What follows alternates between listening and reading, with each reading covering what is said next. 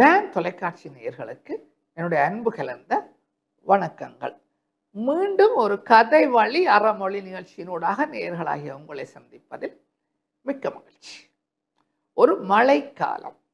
மழைக்காலம் என்று சொன்னால் கொஞ்சம் வேலை செய்வது கடினமானது. வெயில் காலத்திலே சுறுசுறுப்பாக இயங்குவது போல மழை காலத்திலே சுறுசுறுப்பாக இயங்க முடியாது. கிராமங்களிலே ஒரு பழமொழி சொல்லுவார்கள், 100 நாள் வெயிலை பொறுத்து கொள்ளலாம், ஒரு நாள் மழையை பொறுக்க முடியாது என்று சொல்லி. அவ்வாறான ஒரு காலம். ஒரு பெண்மணி மாலை நேரம் இரவு உணவை தயாரிப்பதற்காக தயாராகின்றார். அவர் இரவு உணவை தயாரிப்பதற்காக தன்னுடைய அடுப்படிக்குள் சென்ற பொழுது இன்று மதியம் சமைத்த சோறு பெருந்தொகையான அளவு மிச்சம் இருக்கின்றது. பெருந்தொகையான அளவு என்று சொன்னால் அங்கே இருக்கின்ற அந்த சோறு தனக்கும் கணவனுக்கும் தன்னுடைய 2 பிள்ளைகளுக்கும் போதுமான அளவு சோறு மீதமாக இருக்கின்றது. மதிய வேளையிலே மற்ற சரியாக ஒருவரும் சாப்பிடவில்லை போல இருக்கிறது. ஒருவேளை தானும் கொஞ்சம் அதிக அளவான அரிசியை சோறாக சமைத்து விட்டேனோ என்ற எண்ணம் ஏற்படுகின்றது. இந்த பெண்மணிக்கோ இந்த சோற்றை வீணாக்க விருப்பமில்லை. மழை காலம் வேறு, சமைப்பதும் கொஞ்சம் கடினம். எனவே அவர் என்ன செய்கிறார் என்று சொன்னால், ஒரு பெரிய எண்ணெய் சட்டியிலே 4-5 முட்டைகளை வெங்காயம் மிளகாய் எல்லாம் போட்டு நன்கு பொரித்து இந்த சோற்றை அந்த எண்ணெய் சட்டியிலே கொட்டி கிளறி மிளகு தூள் எல்லாம் போட்டு அளவான உப்பு போட்டு கிளறி இந்த ஃப்ரைட் ரைஸ் என்று சொல்வார்களே அவ்வாறான ஒரு ஃப்ரைட் ரைஸ் போல தயாரித்து வைக்கிறேன். வைத்த விட்டு இரவு உணவு வேளை நெருங்குகின்றது. கணவன் தான் முதலில் கேட்கின்றான், இன்று என்ன சாப்பாடு இருக்கின்றது, எனக்கு பசிக்கிறது என்று கேட்கின்றார். கேட்டதும் இவள் சொல்கின்றாள், மதியம் சோறு நிறைய மீதமாக போய்விட்டது, அதனை நான் முட்டை பொரியல் எல்லாம் போட்டு மிளகு போட்டு ஃப்ரைட் ரைஸ் மாதிரி தயாரித்து வைத்திருக்கிறேன் என்று சொன்னதும் கணவன் சொல்கிறான், இல்லை எனக்கு பசிக்கவில்லை, எனக்கு இந்த சாப்பாடு வேண்டாம்.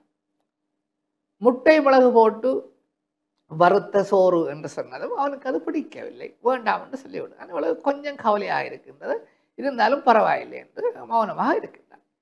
இதனை இந்த பெண்ணுடைய இளைய மகள் கேட்டுக்கொண்டிருக்கின்றார். இந்த நடந்த சம்பவத்தை இந்த இளைய மகள் கேட்டுக்கொண்டிருக்கின்றார். தந்தை என்ன உணவு என்று கேட்டதும் தாய் மதியம் எஞ்சிய உணவை சோற்றை ஃப்ரைட் ரைஸாக மாற்றியதை முட்டை பொரித்து மிளகு தூள் போட்டு செய்தேன் என்று சொன்னதையும் இந்த இளைய மகள் கேட்டுக்கொண்டு இருக்கின்றார். சிறிது நேரம் கழித்து மூத்த மகள், 2 பிள்ளைகள் ஆரம்பத்திலே நான் சொல்லியிருக்கிறேன், மூத்த மகள் இப்பொழுது வருகின்றாள். அம்மா பசிக்கிறது, என்ன சாப்பாடு இருக்கிறது என்று சொல்லி கேட்கிறாள். கேட்டதும் தாய் பதில் சொல்வதற்கு முன்பாகவே இந்த இளைய மகள் egg fried pepper roast fried rice இருக்கிறது என்று சொல்கிறாள்.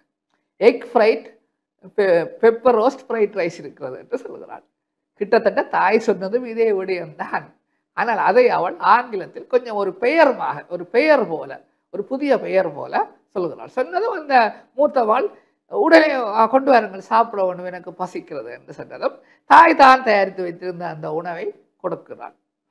கொடுத்ததும் அந்த மகள் மகிழ்ச்சியுடன் உண்கின்றாள்.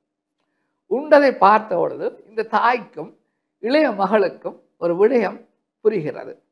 நாங்கள் சில விடயங்களை நேரடியாக இலகுவாக சொல்லாமல் மறைமுகமாக புரிந்து கொள்ள முடியாதவாறு சொல்கின்ற பொழுது அதனை ஒரு பெரிய விடயமாக சிலர் ஏற்றுக்கொள்கிறார்கள் என்கின்ற அந்த விடயம் புரிகின்றது.